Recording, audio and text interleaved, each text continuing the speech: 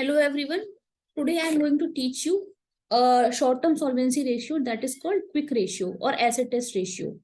तो quick ratio या फिर एसेट टेस्ट रेशियो कैलकुलेट करने का पर्पस क्या होता है, उसके पीछे थॉट प्रोसेस क्या है कि अगर इन केस बिजनेस की सेल्स रेवेन्यू बंद हो जाती है, अगर बिजनेस की सेल्स रेवेन्यू डिसअपियर हो जाती है, तो वो अपनी करंट असेट्स को, करंट लाइबिलिटीज को कैसे रीपे कर सकता है। मतलब उसके पास जो करंट असेट्स है उसके करंट लाइबिलिटीज को पे करने के लिए वो सफिशिएंट है कि नहीं।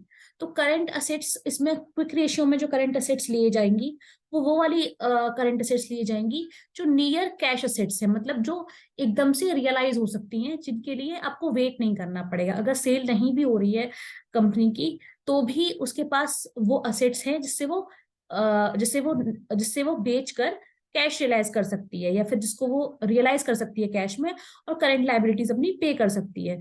तो क्विक रेशियो का जो फॉर्मूला है वो होता है quick assets upon current liabilities.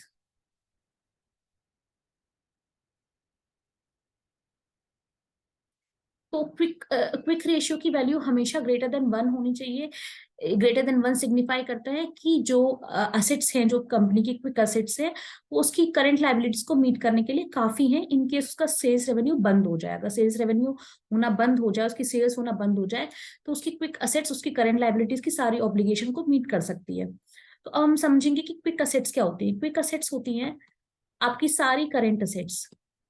तो पिछली जो वीडियो थी मेरी जो करंट रेशियो पे थी, उसमें मैंने करंट असेट्स डीपली डिस्क्राइब करी है कि क्या क्या कौन कौन सी असेट्स को हम करंट असेट्स बोलते हैं, तो आप इसे वहां जाके देख सकते हैं।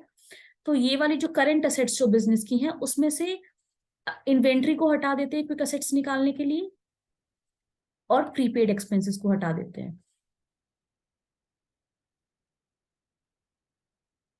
अब इन्वेंट्री को क्यों हटाया जाता है? क्योंकि इन्वेंट्री, अगर सेल होना बंद हो जाती है तो इन्वेंट्री को आप बेच नहीं सकते। और अगर आप बेचेंगे भी, अगर उसको बेचेंगे भी, तो आप इमीडिएटली अगर उसको सेल सेल करने निकलेंगे तो आप उसको लिक्विडेशन वैल्यू पे सेल कर सकते हैं। आपको उसकी जो फेयर मार्केट वैल्यू है वो नहीं मिलेगी, एफएमवी आपको उसकी नहीं मिलेगी। तो लिक्विडेशन वैल्यू क्या होती है कि अगर आप उसे सारे अपनी असेट को सारे पोटेंशियल बायर को एक्सपोज नहीं कर पा रहे हैं क्योंकि टाइम कंस्ट्रेंट है, और आप एकदम से मार्केट में से बेचना चाहते हैं, तो आपको उसकी लिक्विडेशन वैल्यू मिलेगी जो कि हमेशा एफएमवी से लोअर होगी। तो liquidation value will be lower than FMV, तो हमेशा लोअर होगी। तो इसको इसलिए हम उसे नियर कैश एसेट नहीं मानते, क्योंकि हो सकता है वो इन्वेंट्री अगर आपकी सेल्स होना बंद हो जाती है तो वो आपकी बिक भी नहीं पाए, और बिकेगी भी तो लिक्विडेशन वैल्यू पे बिकेगी। तो इसको हम क्विक असेट्स में से हटा देते हैं कि हम इसको सेल करके एकदम से अपना कैश नहीं निकाल सकते लायबिलिटीज पे करने के लिए, इसलिए हम इसे क्विक असेट्स में से हटा देते हैं। सेम केस प्रीपेड एक्सपेंसेस का है। जो एक्सपेंसेस आपने पहले, प्रीपेड एक्सपेंसेस क्या होते हैं? जो एक्सपेंसेस आपने पहले ही कर दिए हैं, लेकिन उसके उसके बदले आपको, जैसे जैसे कि आप रेंट को ले लीजिए कि आपने, ऑर्गेनाइजेशन ने बिल्डिंग का रेंट पे कर दिया 1 साल का, तो प्रीपेड एक्सपेंस हो गया। उस एक्सपेंस को आप रियलाइज नहीं कर सकते हो कैश में। उस एक्सपेंस के बदले आप उस बिल्डिंग को यूज कर सकते हो 1 साल। तो जैसे रेंट पे कर दिया या फिर आपने टैक्सेस पे कर दिए, तो वो भी आपको उस वक्त रियलाइजेबल नहीं होंगे, वो नेक्स्ट ईयर आपको रिफंड मिलेगा अगर टैक्सेस आपने एडवांस में पे कर दिए। तो जो भी प्रीपेड एक्सपेंसेस हैं वो भी एकदम से रियलाइजेबल नहीं होते हैं, तो they are also not near cash assets, उसका वो कैश में रियलाइज नहीं कर सकते हो। इसलिए क्विक असेट्स में से प्रीपेड एक्सपेंस को भी हटा दिया जाता है।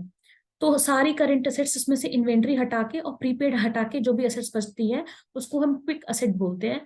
और इस रेशियो को हम कैलकुलेट करते हैं quick assets upon current liabilities से, कि कितनी असेट्स हैं जो कि करंट लायबिलिटीज को मीट कर सकती है, और इसकी वैल्यू हमेशा ग्रेटर देन 1 होनी चाहिए। अगर आपको ये वीडियो पसंद आया हो तो please like, subscribe and share, जिससे कि आपको नोटिफिकेशंस, मेरे नेक्स्ट वीडियो के नोटिफिकेशंस आपके इनबॉक्स में मिल जाए। And thank you.